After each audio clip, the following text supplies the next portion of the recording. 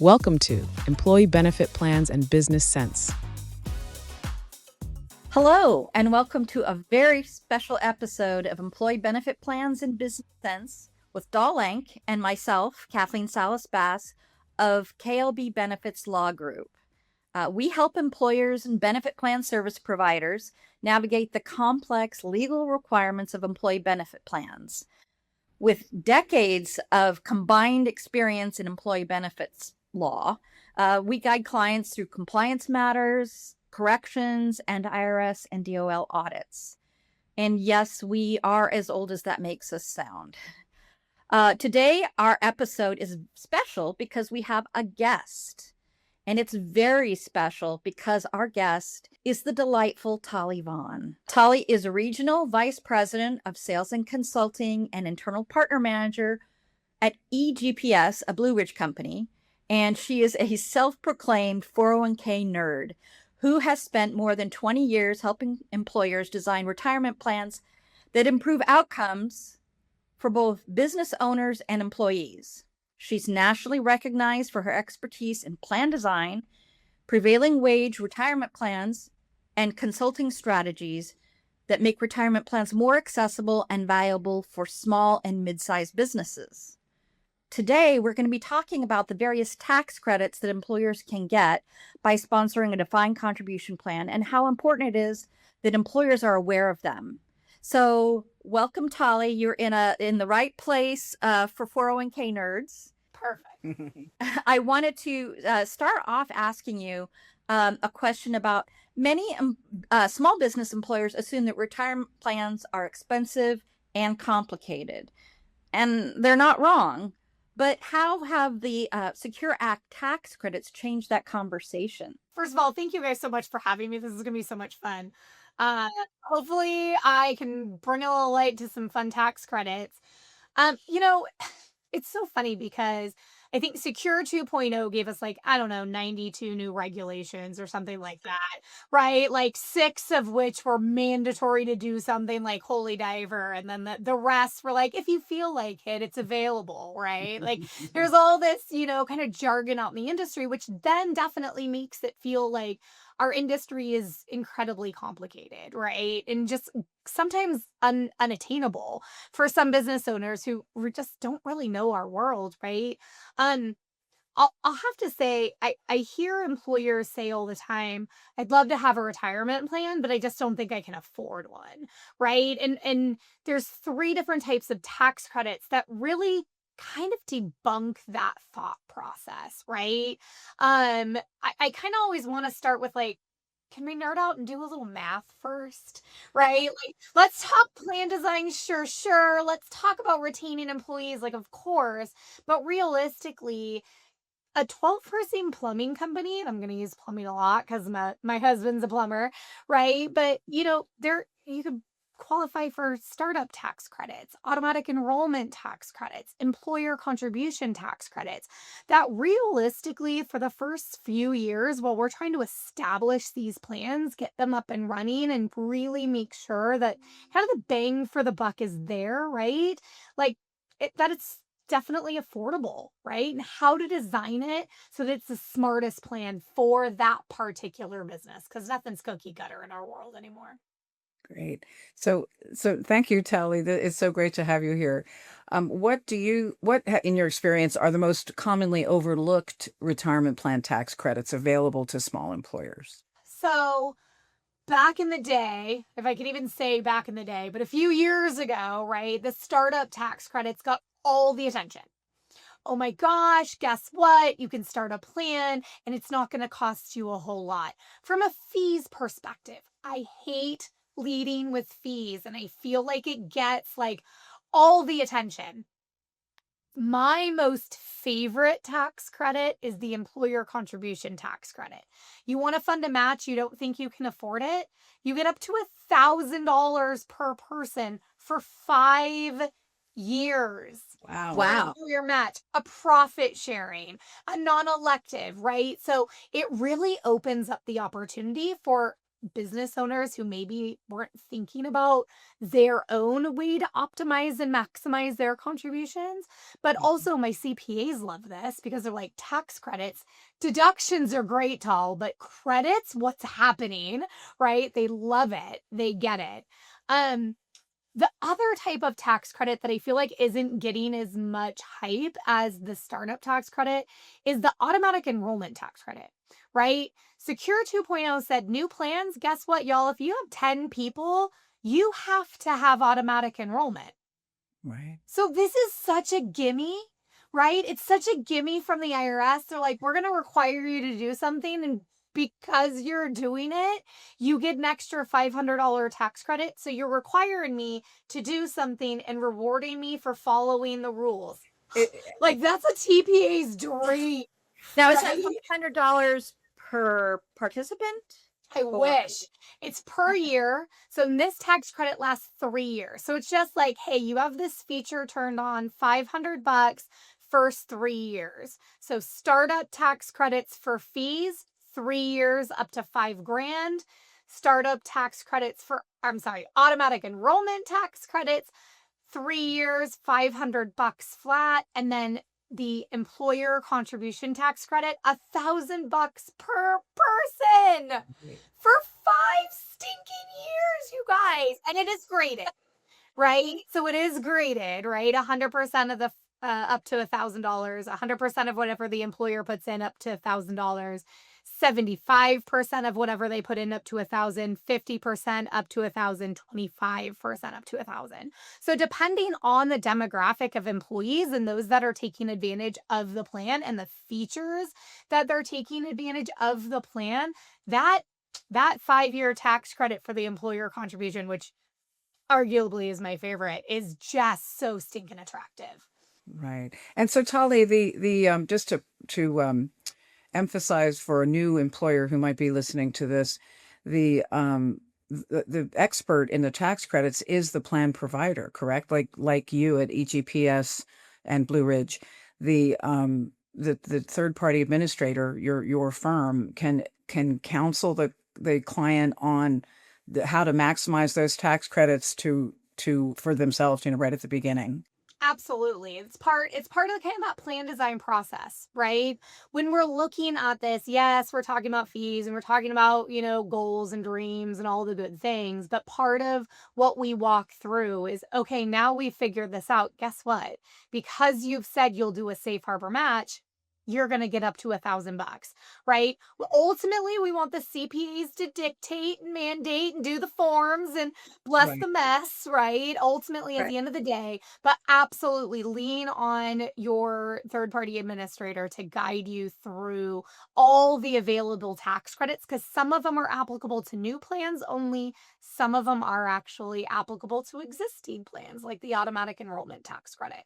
Oh, that's good to know. It's not just for startups. I mean, there's obviously a variety of tax credits. That's the point of this episode. It's complex, and there's a lot to benefit an employer. Oh, yeah. So it's great. It's so important to, it might influence the design of the plan. And so, that's definitely, with your third party administrator, that's where that plan design discussions happen. So it's very important to sort of combine those two aspects of the choices. Exactly. It's not just the price tag, right? We want to look at each individual aspect of the plan. What did you have before? Did you have something before? What are we implementing now? And then how can we best net benefit you? Right. And so this leads to my next question. Beyond the tax credits themselves, which are excellent, what opportunities do employers miss, or what do they need to know about when evaluating a retirement plan? Yeah, it's interesting because it really kind of starts with like, what's their motivation, right? We don't want to shop retirement plans like a cell phone, right? This isn't, we're not going out for the latest and greatest update. We want to really sit there and go, okay, what works for you? Tell me, what are we looking for specifically? Are we looking to best benefit you, the employer? Great, we want to go one way, right? Are we trying to satisfy a state mandate? We got to go a different way, right? I'm in California, so God knows we started with the mandates a long time ago, and that really got the conversation started. So really what I want to start and I ask employers is like, what do you want? What are we trying to accomplish? Are we just checking a box, right? Which is a lot of times what we're doing, or are we trying to lower taxes? Are we looking for a recruiting tool, right? This isn't a go online, fill out a form, and magically we have a retirement plan, although that exists out there now, right? But realistically, it's about guiding you through beyond the tax credits, beyond whatever, and go, what are we doing from a plan design perspective? What are we doing to best benefit you in your particular situation? The what's beautiful about beyond having an employer sponsored retirement plan is that unlike the state mandated IRAs, the employer sponsored plans offer the tax credits and additional deductions that are not credits; they're deductions from profits that are from income tax for income tax purposes for sponsoring for making employer contributions and plan expenses, et cetera. All of those are deductible expenses, which is a nice thing. Absolutely. And the credits complement the deductions.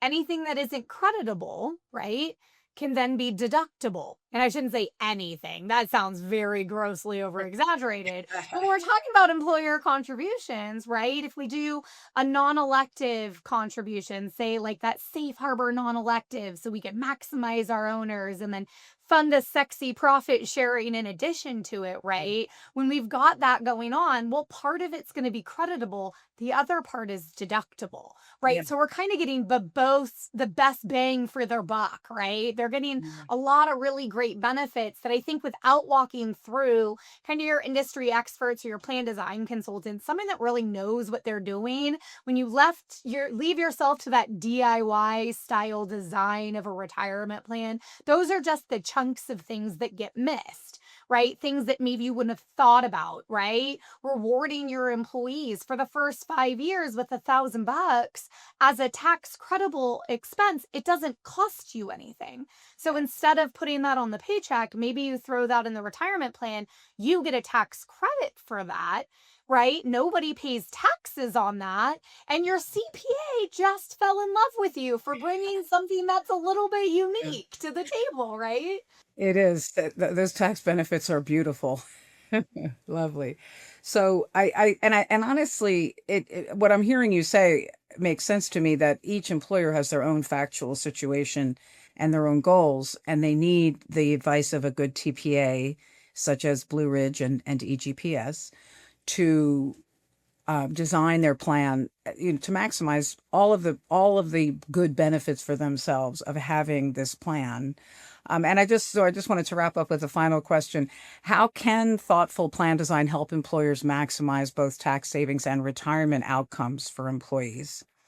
It's so funny because there's a few types of plans out there, right? I mean, you've got everything from our sepsis simples, right? And those obviously aren't in my world, but they exist, right? And there's a spot for them. But it's not a one size fits all. You really want to come at it like a toolbox, right? And we really want to do when we go through and kind of do our discovery call of like, what do you want? Tell me about your demographic. What's going to work? All the boring questions that but employers love to talk about themselves. So it works out well for us, right? But really we go, okay, do we want the traditional 401k because of the flexibility it offers? We can add that safe harbor situation. Let's throw that in there. Now we're getting the tax credit options with the employer contributions. Definitely automatic enrollment. I don't know a financial advisor or a client and a TPA that doesn't love that, right? I mean, now with the integration between payroll and record keeper, it's almost a no-brainer. It doesn't really hurt anybody's feelings from a compliance perspective any longer, right? But now we can start exploring the world of safe harbor. Okay, that enables us to maximize our owner. Okay, let's avoid that pesky testing we had to do before. Great. Well, can we do more? Let's talk about a profit sharing, the different ways to use profit sharing. Sure, back in the day, it was to maximize our owner, and that was the goal of profit sharing, kind of secular back to when profit sharing first came around, right? Now it's not tied to the profits of the company anymore. It really is just a non-elective contribution. And how can we best use that, right? Do we use that to bonus our employees? Do we use that to maximize? Do we use that to reward, right? Like, do we use that to dangle the carrot to keep people around? Lots of ways we can use these features that I think really weren't explored before, right? Do we want to layer on a cash balance plan? Because holy diver, our business owners are behind on saving for retirement. We got to make up for last time, or dang it, we are like gangbusters and we need deductions like crazy in the six figures. Holy cow, right? You can get $300,000 in contributions to the business owners, right? Or certain targeted key individuals with a cash balance plan, right? Like, what are our goals? Are you a contractor that works in prevailing wage, right? Government funded projects. They have their own little nugget of regulations that they get to play with that nobody else in the world gets to play with, right? So it really comes down to, like, are we doing this out of obligation? Are we doing this? Like, what are our goals? And let's sit down and talk about it, because when I go and build a house, I know I'd really like a dishwasher that works, and it would be super bitchin' to have a slide from the attic to the basement. And then I go to the architect and they're like, okay, so we're in California and basements aren't a thing. So, like, okay, they've got to crush my dreams a little bit, but I guess if I really wanted it, they'd build me a basement. So, like, let's talk about it. Let's talk about, maybe that's a thing I could have, right? And I think that's kind of the importance of working with, your TPAs, and perhaps I'm a little biased, but working with, your industry experts to really be able to guide you through to really maximize those deductions and tax credits, but really be intentional about how we get there and make sure the full understanding of the design you have and the implications that it comes with from a deduction, commitment, and credibility opportunity. Great. Oh, that's wonderful, Tali. Thank you. Thank you, Tali. And thank you for listening to Employee Benefit Plans in Business Sense. Stay tuned for the next episode where this discussion continues in part 2. If you're interested in knowing more about the tax credits available to sponsors of defined contribution plans, visit klblawgroup.com to connect with Doll and I. And if you're interested in starting up a new defined contribution plan after hearing this discussion, contact Tali Vaughn at EGPS. Be sure to like, leave a review, and subscribe to this podcast so you never miss an episode. Thanks for watching. Be sure to hit that like and subscribe button and leave us a review in the comments.